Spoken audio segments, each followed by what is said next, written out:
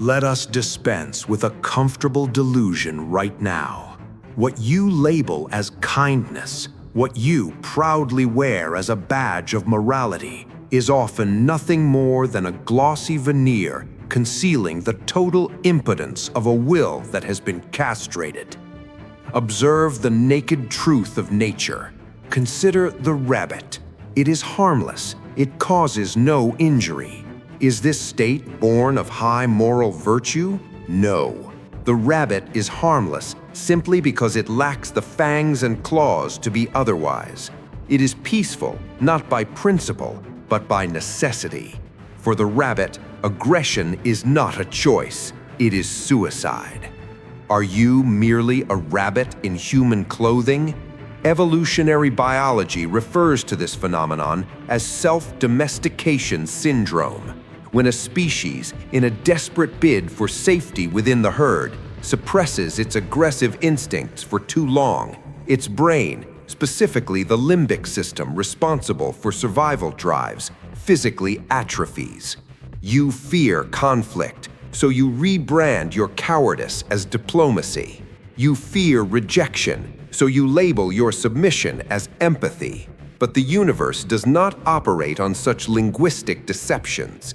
If you are harmless, you are not virtuous. You are merely a victim in waiting, standing passively in the slaughterhouse of fate.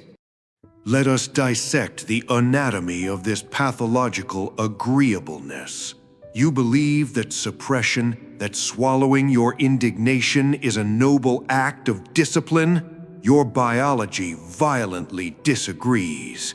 Every time you face a transgression and choose to bow your head in forced submission, your brain floods your system with cortisol, the stress hormone. In the primal wild, this chemical cocktail prepares you to either fight or flee. But when you sit motionless in a corporate chair, smiling through the disrespect, that cortisol has nowhere to go. It remains. It becomes a corrosive agent. It degrades your neural pathways, suppresses your immune system, and calcifies your spirit into a state of perpetual low-grade anxiety. Friedrich Nietzsche identified this pathology in the 19th century with surgical precision. He termed it slave morality, Schlavenmoral. He observed that the weak, lacking the strength to retaliate against the dominant, invented a pathetic psychological technology.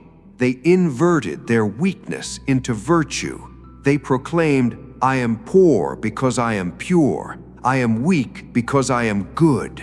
But beware, deep within this facade lies what Nietzsche called ressentiment, a deep-seated, toxic resentment.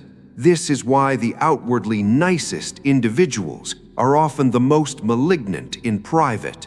Lacking the strength for direct confrontation, they develop underhanded mechanisms, passive aggression, moral superiority, and a secret desire to see the strong fail. This is not goodness. This is the rot of the soul.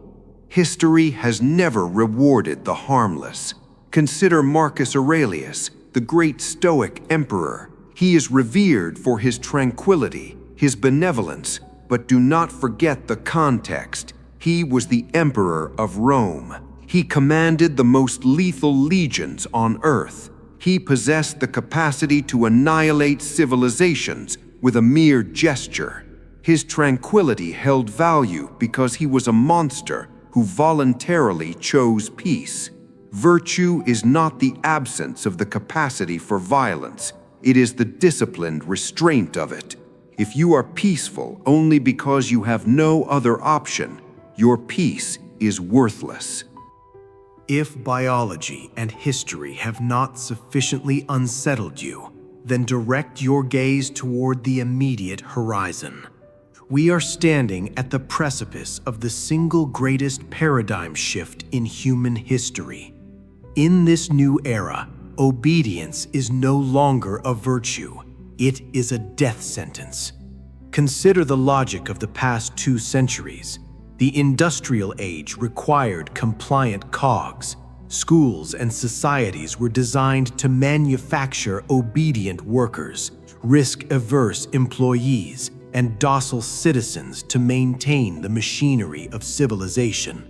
For a long time, compliance was the currency of safety. But the rules of engagement have fundamentally shifted. The rise of artificial intelligence and automation is not merely a technological upgrade. It is a cold Darwinian warning to the weak-willed.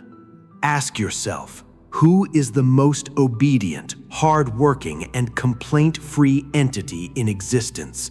It is not you. It is the algorithm. AI can comply with orders infinitely better than you can. It possesses no ego, it feels no resentment, and it executes kindness and politeness to algorithmic perfection.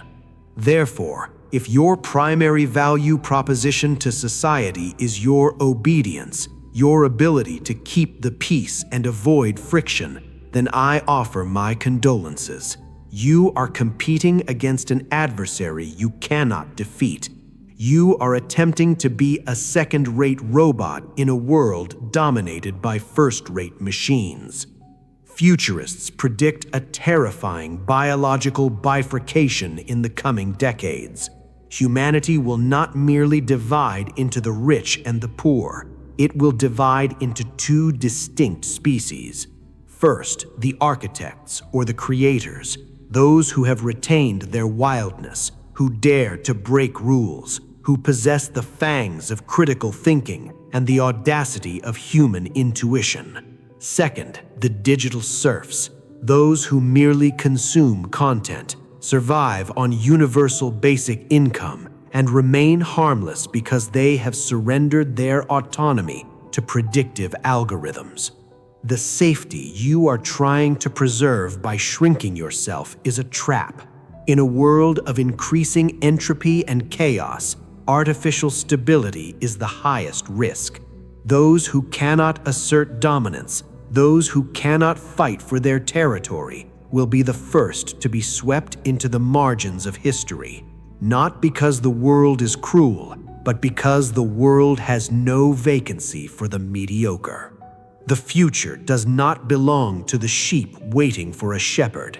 It belongs to the lone wolves who know how to cooperate. It belongs to those who understand that to survive the age of the machine, one must become sharper, more unpredictable, and more dangerously human than ever before. So what is the resolution? Do we discard our humanity to become ruthless tyrants, trampling upon the weak? No. That is the reaction of a petulant child, not a sovereign man. The true path, as illuminated by Carl Jung, is the integration of the shadow. You must descend into the depths of your own psyche, locate the monster you have chained in the dark, unbind it. But, and this is the crucial distinction, you must domesticate it, not destroy it. Do not kill the aggression within you, sharpen it. Here are the initial protocols to restructure your operating system, starting today. First, weaponize your smile. Stop smiling when you are not happy. This is a biological imperative. Do not let your smile become a cheap reflex of submission. When you disagree, hold a mask of stone. Let the other party feel the gravity of your silence. Master the art of prolonged eye contact until they are forced to question their own standing. Respect begins when you stop devaluing your own emotional currency. Second, practice the art of the unexplained refusal. The weak man says no, followed by a litany of apologies and justifications. The strong man simply says no, the end. You do not owe the world an explanation for your personal boundaries. Your borders must be defended with steel, not with porous fences. Finally, cultivate somatic competence. It may sound primitive, but the mind and body are a single continuum. You cannot house a spirit of steel within a body of dough. Enter the gym, study martial arts, let your physical form memorize the sensation of impact and pressure. When you know viscerally that you possess the capacity for violence, your demeanor shifts. You become less anxious, and paradoxically, you become more peaceful. Carry this metaphor with you. A weak man is like a soldier walking onto a battlefield without a weapon. He is forced to be peaceful because he is terrified. But an enlightened man is a warrior carrying the sharpest blade, yet he chooses to keep it sheathed. That sword is the guarantor of peace. That sword is the boundary that commands respect. And most importantly, that sword ensures that your kindness is a gift bestowed by the strong, not a tribute paid by the weak. It is time to stop playing the rabbit, wake the beast, tame the beast, and become the guardian of your own existence.